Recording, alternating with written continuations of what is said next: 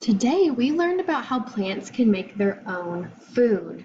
So what I want you to do for your assignment is answer the question, can plants make their own food?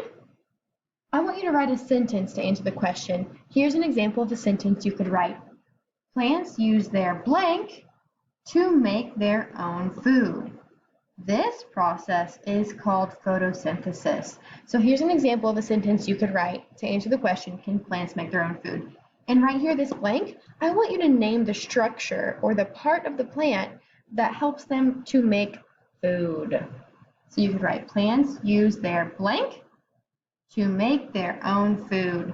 And if you want to add this second part, just to help you remember, this process is called photosynthesis.